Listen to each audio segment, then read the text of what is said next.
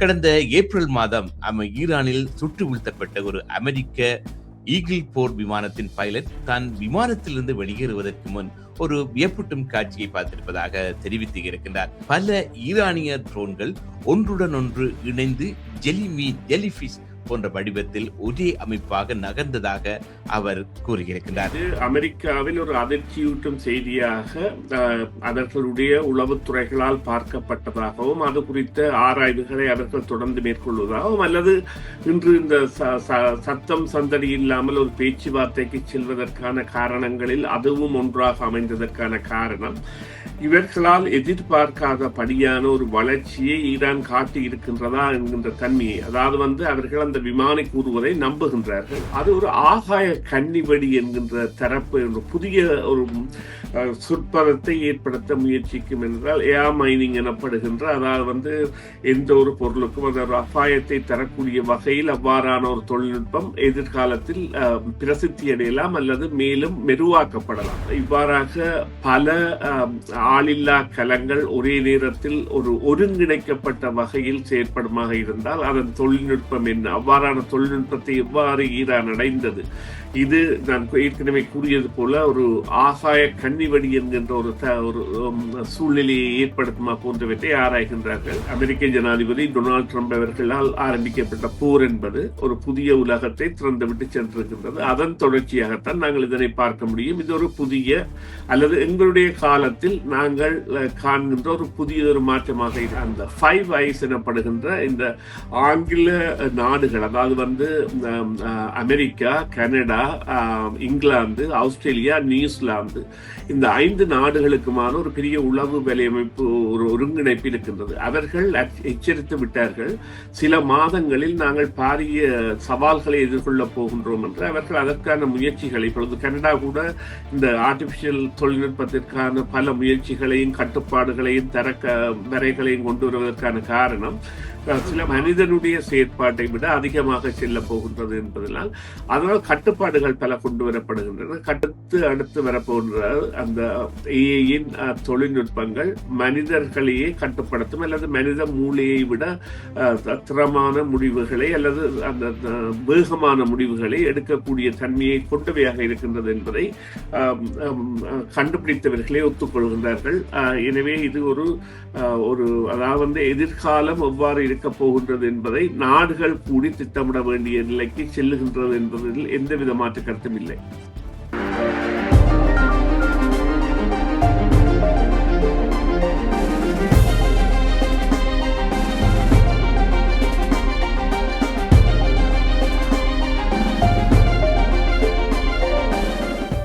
புதுமது காலை நிகழ்ச்சியுடன் காலை பொழுதில் நேர்களும் இணைந்திருக்கின்றீர்கள். இந்த வேளையில் செய்தியின் பின்னணி நிகழ்ச்சிக்காக சுரேஷ் தர்மாவை இணைத்துக் கொள்ளப் போகின்றோம். வணக்கம் சுரேஷ்.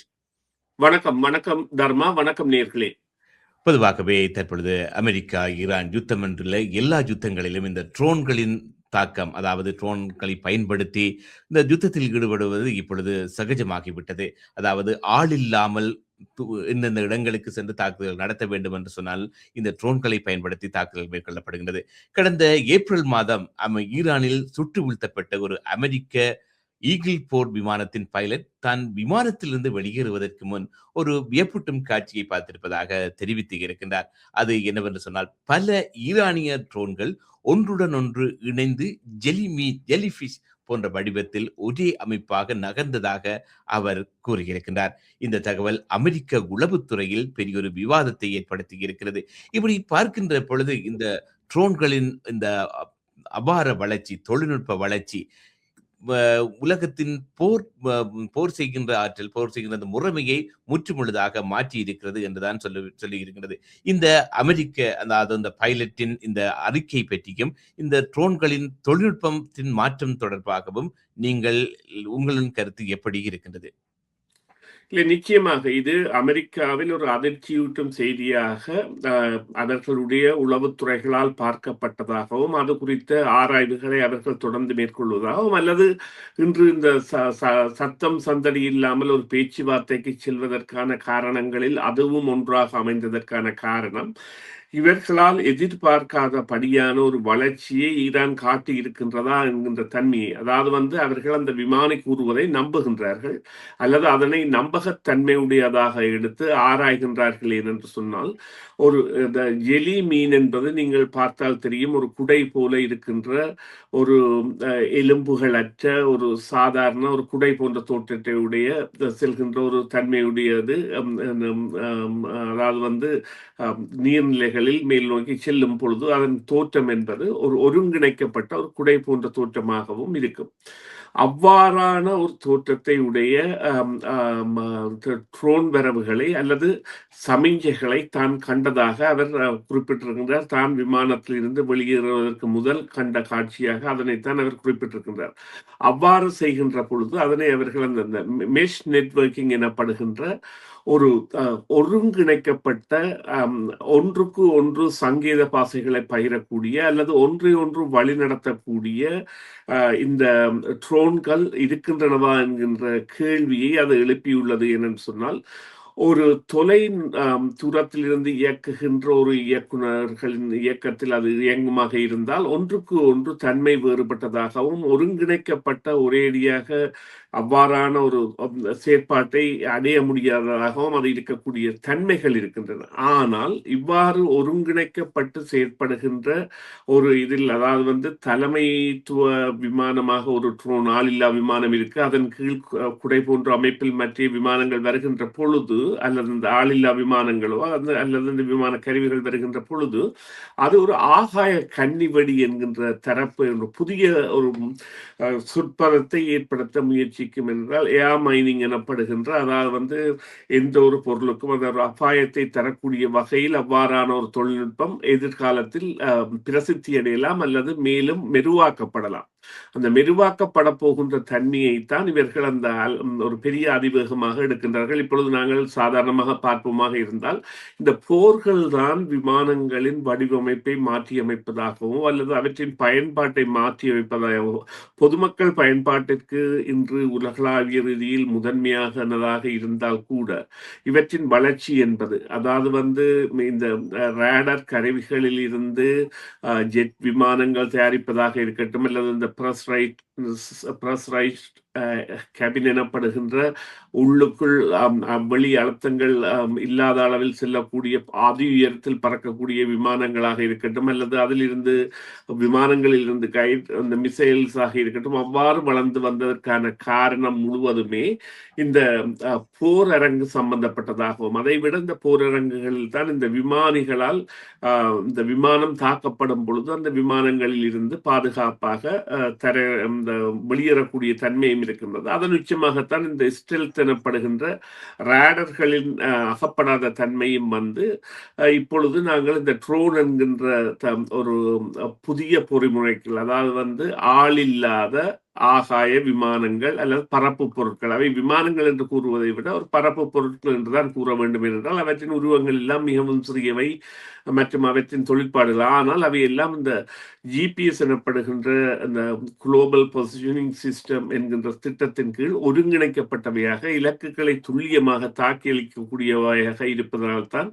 இப்பொழுது இவர்கள் இந்த விவகாரத்தை பெரிதுபடுத்தி பார்க்கின்றார்கள். அதாவது எவ்வாறு இவ்வாறான ஒரு சந்தர்ப்பம் அல்லது எவ்வாறு இந்த தன்மை என்பது ஏற்பட்டது என்பது, அதனைத்தான் அவர்கள் இப்பொழுது படிப்படியே கசிய விடுகின்றார்கள் அல்லது தாங்கள் ஆராய்வதாக கூறுகின்றார்கள். அந்த குறிப்பிட்ட விடயம் என்பது நம்பிக்கைக்குரியதாக எடுக்கப்பட்டு அது ஆராய்வதற்குரிய காரணம், இவ்வாறாக பல ஆளில்லா கலங்கள் ஒரே நேரத்தில் ஒரு ஒருங்கிணைக்கப்பட்ட வகையில் செயற்படுமாக இருந்தால் அதன் தொழில்நுட்பம் என்ன, அவ்வாறான தொழில்நுட்பத்தை எவ்வாறு ஈரான் அடைந்தது, இது நான் ஏற்கனவே கூறியது போல ஒரு ஆகாய கன்னிவடி என்கின்ற ஒரு சூழ்நிலையை ஏற்படுத்துமா போன்றவற்றை ஆராய்கின்றார்கள். நிச்சயமாக இது சில வேளைகளில் அந்த ஒளி கதிர்கள் கூட ஒரு விமானியை அவருடைய கவனத்தை திருப்புவதற்கான ஒளி பாய்ச்சிகைகள் கூட அல்லது வேறு சில தொழில்நுட்பங்கள் கூட இங்கே பாவிக்கப்பட்டிருக்கலாம். ஆனால் ஒரு கனதியான ஒரு ஆராய்வுக்கு உட்படுத்தப்படுவதாக இவ்விவகாரம் எடுக்கப்பட்டதானது ஒரு புதிய தொழில்நுட்பத்தை ஈரான் அறிமுகப்படுத்துகின்றது. ஏற்கனவே நாங்கள் ஒரு விடயத்தை குறிப்பாக பார்க்க வேண்டும். இந்த ஈரானுடைய ஆளில்லா கலங்கள் என்பன எவ்வாறான பாதிப்புகளை ஏற்படுத்தி இருக்கின்றன என்பது கண்டறியப்பட்ட உண்மையாகிவிட்டது. அவர்கள் 2010ஆம் ஆண்டிலிருந்து இவ்வாறான இந்த ஆளில்லாத, அதாவது மோட்டார் சைக்கிள் இயந்திரத்தில் கூட 2 மோட்டார் சைக்கிள் இயந்திரத்தில் தயாரிக்கக்கூடிய $3000 உட்பட்ட இந்த ட்ரோன்களை அவர்கள் செய்து அனுப்புகின்ற பொழுது அவற்றை அழிப்பதற்கான செலவாக 4 மில்லியனை அமெரிக்கா செலவழித்து கடைசியில் கைவிட்ட கதையை கூட, அந்த அவ்வாறானவற்றை அழிக்க முடியாமல் கைவிட்ட கதையை கூட இந்த களம் எங்களுக்கு தந்திருந்தது. பிப்ரவரி 28ஆம் தேதி அதிமீதவி அமெரிக்க ஜனாதிபதி டொனால்ட் ட்ரம்ப் அவர்களால் ஆரம்பிக்கப்பட்ட போர் என்பது ஒரு புதிய உலகத்தை திறந்துவிட்டு சென்றிருக்கின்றது. அதன் தொடர்ச்சியாகத்தான் நாங்கள் இதனை பார்க்க முடியும். இது ஒரு புதிய, அல்லது எங்களுடைய காலத்தில் நாங்கள் காண்கின்ற ஒரு புதிய மாற்றமாக இருக்கும். ஆனால் இதன் பாதிப்பு எங்கே என்று சொன்னால், பொதுமக்கள் விமானங்கள் கூட இவ்வாறான வகையில் இந்த இந்த பாதிப்புகளுக்கு ஈடுபடுத்தப்படும் என்கின்ற ஒரு அபாயத்தை அவர்கள் அதாவது உள்நாதமாக வைத்துத்தான் இந்த ஆராய்வை மேற்கொள்கின்றார்கள் என்பது உண்மை. அதாவது பொதுமக்களின் பாதுகாப்பு அல்லது பொது போக்குவரத்து கூட இவ்வாறு கட்டுப்படுத்தப்படலாம், அல்லது கையகப்படுத்தப்படலாம், அல்லது இவ்வாறான ட்ரோன்களால் மிரட்டப்பட்டு அவ்வாறான விமானங்கள் தரையிறக்கலுக்கு உட்படுத்தப்படலாம் போன்ற பல தொடர் அதாவது பயங்கள் அல்லது தொடர் நிஜங்கள் இவ்வாறு எதிர்காலத்தில் நடக்கக்கூடிய நிஜமான தன்மையை இது ஏற்படுத்திவிடும் என்பது குறித்த ஆராய்வைத்தான் அவர்கள் மேற்கொள்கின்றார்கள். அதைத்தான் இன்று அவர்கள் அந்த ஒரு முதல் செய்தியாக அல்லது ஒரு குறிப்பிட்ட முதல் அத்தியாயமாக வெளியிட்டிருக்கின்றார்கள். இவ்வாறான ஒரு சம்பவம் ஏப்ரலில் நடந்தது, அது குறித்து தாங்கள் ஆராய்ந்து வருவதாக. அதுதான் உண்மை. பொதுவாகவே பார்க்கின்ற பொழுது இந்த ஏஐ தொழில்நுட்பம் ஒரு மனிதனின் வாழ்க்கையை இப்பொழுது முற்றுமுழுதாக தீர்மானிக்கிறது. தனி மனித வாழ்க்கையை மட்டுமல்ல, பொருளாதார ரீதியிலும், அரசியல் ரீதி எல்லா விதத்திலும் இந்த ஏஐ தொழில்நுட்பம் இருக்கிறது. இப்படி போகின்ற பொழுது இந்த ஏஐ தொழில்நுட்பம் சைபர் தாக்குதல்களை வேகமாகவும் ஆபத்தானதாகவும் மாற்றிக்கொண்டு இருக்கிறது. சிறிய மற்றும் நடுத்தர நிறுவனங்கள் இந்த ஏஐ அடிப்படையிலான சைபர் அச்சுறுத்தலுக்கு எதிராக என்ன மாதிரியான முன்னெச்சரிக்கை நடவடிக்கைகளை எடுக்கலாம் என்று நீங்கள் நினைக்கின்றீர்கள்? இல்ல, இதுல ஒரு உண்மை இருக்கின்றது. அதாவது தற்பொழுது உள்ள இந்த ஏஐ பாவனைகள் மனிதர்களை கட்டுப்படுத்துகின்றன, அல்லது மனிதர்கள் தங்களுக்கு தங்களுடைய செயற்பாடு என்று செயற்பட முடியாத ஒரு நிலைக்கு அவர்களை கொண்டு வருகின்றன என்றால், நீங்கள் சாதாரணமாக ஒரு விடயத்தை தேடுவதாக இருக்கட்டும், அல்லது ஒரு பாடலுக்கு இசையமைப்பதாக இருக்கட்டும், அல்லது ஒரு வீடியோவை வெளியிடுவதாக இருக்கட்டும், நீங்கள் அதன் தாக்கத்திற்கு உட்படுவது என்பதை விட அதன் தயவில்லாமல் நீங்கள் மேற்கொண்டு நடவடிக்கைகளை நடத்த முடியாமல் இருப்பதில்லை. இப்போ இவ்வாறு கூறுங்கள், ஒரு மின்னஞ்சலை யாரால் திருத்த முடியும் என்றால் உங்களால் திருத்த முடியும். ஆனால் உங்களால் திருத்த முடியாது என்கின்ற நிலையை கொண்டு வருவதற்குரிய, அல்லது உங்களை விட தன்னால் அதிகமாக திருத்த முடியும் என்கின்ற ஒரு நிலையை கொண்டு வருகின்ற பொழுது நீங்கள் அதன் தயவை நாடி செல்கிறீர்கள். ஆனால் இங்கே உள்ள பிரச்சனை என்னவென்று சொன்னால், அடுத்த வரப்போகின்ற அந்த அட்வான்ஸ் ஆர்டிபிஷியல் இன்டெலிஜென்ஸ், அதாவது சூப்பர் இன்டெலிஜென்டாக இருக்கலாம், அல்லது ஜெனரல் ஆர்டிபிஷியல் இன்டெலிஜென்டாக இருக்கலாம். அதாவது அடுத்ததாக வரப்போகின்ற ஜெனரல் ஆர்டிபிஷியல் இன்டெலிஜென்ஸ் என்பது பல திட்டங்களை தானாக செய்யக்கூடியதாக இருக்க போகின்றது. அது சில மாதங்களிலேயே பாதிப்பை ஏற்படுத்தக்கூடிய ஒரு தன்மையை கொண்டு வரும் என்பதை, உங்களுடைய கேள்வி நல்ல கேள்வி என்று சொன்னால், இப்பொழுது அந்த 5 ஐஸ் எனப்படுகின்ற இந்த ஆங்கில நாடுகள், அதாவது America, Canada, England, Australia, New Zealand, இந்த 5 நாடுகளுக்குமான ஒரு பெரிய உளவு வலையமைப்பு, ஒரு ஒருங்கிணைப்பு இருக்கின்றது. அவர்கள் எச்சரித்து விட்டார்கள், சில மாதங்களில் நாங்கள் பாரிய சவால்களை எதிர்கொள்ளப் போகின்றோம் என்று. அவர்கள் அதற்கான முயற்சிகளை, இப்பொழுது கனடா கூட இந்த ஆர்டிபிஷியல் தொழில்நுட்பத்திற்கான பல முயற்சிகளையும் கட்டுப்பாடுகளையும் வரைகளையும் கொண்டு வருவதற்கான காரணம்,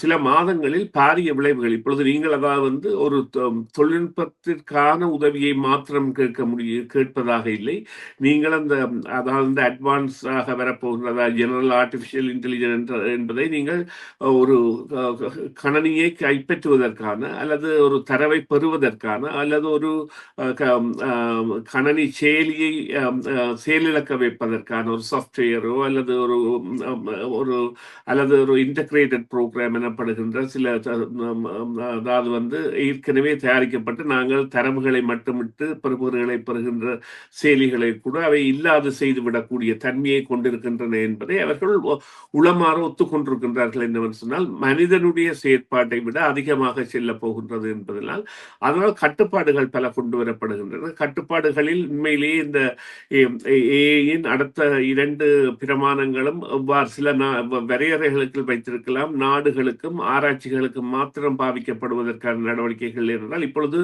ஒரு விடயத்தை நீங்கள் கவனித்திருப்பீர்கள். அதில் கனடா கூட முன்னணியாக வந்துவிட்டது.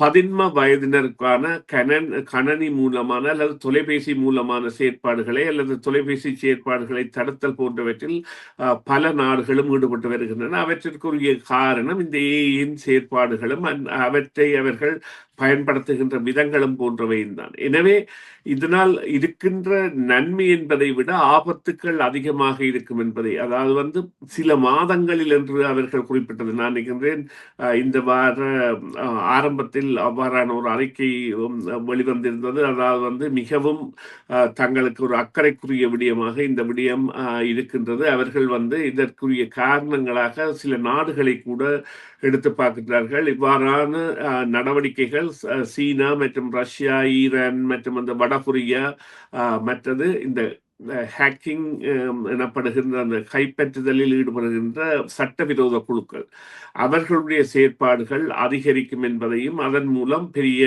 சிக்கல்கள் ஏற்படுவதை, குறிப்பாக அது இந்த தொலை தொடர்பாக இருக்கட்டும், பண பரிமாறலாக இருக்கட்டும், பல இடங்களிலும் பல பயன்களை அவர்களுக்கு ஏற்படுத்தி இருக்கின்றது. எனவே பொறுத்திருந்து பார்க்க வேண்டிய ஒரு திட்டமாக அது இருக்கின்றது. அதுதான் உண்மை. ஆனால் நிச்சயமாக அதன் ஆதரவு தன்மை என்பதை விட பாதிப்பு தன்மையை அதிகரித்து வருவதை இது நிச்சயமாக எடுத்து காட்டுகின்றது. குறிப்பாக இவ்வாறான விடயங்களில் இவ்வாறான பாதிப்புகள் ஏற்படலாம் என்பதை குறித்தான ஆய்வுகளை அவர்கள் ஆழமாக மேற்கொள்வதற்கான ஒரு தளத்தை இது உருவாக்கி இருக்கின்றது. அது நிச்சயமாக தேவையா என்றால் ஆம். ஏனென்று சொன்னால் அடுத்து வரப்போன்ற அந்த ஏஐயின் தொழில்நுட்பங்கள் மனிதர்களையே கட்டுப்படுத்தும் அல்லது மனித மூளையை விட திறமான முடிவுகளை அல்லது அந்த வேகமான முடிவுகளை எடுக்கக்கூடிய தன்மையை கொண்டவையாக இருக்கின்றது என்பதை கண்டுபிடித்தவர்களே ஒத்துக்கொள்கின்றார்கள். எனவே இது ஒரு அதாவது எதிர்காலம் எவ்வாறு இருக்க போகின்றது என்பதை நாடுகள் கூடி திட்டமிட வேண்டிய நிலைக்கு செல்லுகின்றது என்பதில் எந்தவித மாற்று கருத்தும் இல்லை. நீங்கள் குறிப்பிட்டது போல் இந்த இறுதியில் குறிப்பிட்டது போல் இந்த மனித மூளையை கட்டுப்படுத்துகிறது. அதாவது இந்த ஏஐ தொழில்நுட்பம் என்பது எங்களுடைய ஆற்றல்களை கட்டுப்படுத்துகிறது. பொதுவாகவே இந்த ஏஐ தொழில்நுட்பத்துக்கு முன்பு நாங்கள் ஒரு விடயத்தை செய்ய வேண்டும் அல்லது ஒரு காரியத்தை செய்ய வேண்டும் என்று சொன்னால் எங்கள் மூளையை பயன்படுத்தி செய்வோம். இப்பொழுது எல்லாம் செய்து பார்ப்போம், சரி வராவிட்டால் இந்த ஏஐ தொழில்நுட்பத்தை நாடுகின்ற நிலைமை மாறிவிட்டது. இது எந்த அளவுக்கு ஒரு மனிதன் முன்னேற்றத்துக்கு தடையாக இருக்க போகிறது என்பதை நாங்கள் இந்த காலம்தான் பதில் சொல்ல வேண்டும். நன்றி சுரேஷ் சர்மா, இந்த வேளையில் இணைந்து கொண்டு தகவல்களை பகிர்ந்து கொண்டதுக்கு. பிறிதொரு பொழுதில் பிறிதொரு விடயம் தொடர்பாக பேசிக்கொள்ளலாம். நன்றி. மீண்டும் ஒரு முறை உங்களுக்கு நன்றி தர்மா. நன்றி நேயர்களே, மீண்டும் ஒரு பொழுதில் சந்திப்போம். சிஎம்ஆர் யூடியூப் சேனலில் இணைந்திருக்கும் நேர்கள் அனைவருக்கும் எமது நன்றி. காமெண்ட்ஸ் பகுதியில் உங்கள் கருத்துக்களை தெரிவிக்க தவறாதீர்கள். முக்கிய செய்திகள், காணொளி தொகுப்புகள், நேர்காணல் என பலதரப்பட்ட அம்சங்களையும் உங்களுக்காக தருகின்றது சிஎம்ஆர் யூடியூப் சேனல். சிஎம்ஆர் என்று சர்ச் செய்து எமது யூடியூப் சேனலை சப்ஸ்கிரைப் பண்ணுங்கள். உங்கள் உற்றார் உறவினர் நண்பர்களோடும் இந்த காணொளி தொகுப்புகளை பகிர்ந்து கொள்ளுங்கள். அருகில் இருக்கின்ற முக்கிய காணொளி தொகுப்புகளையும் தவறவிடாமல் பாருங்கள்.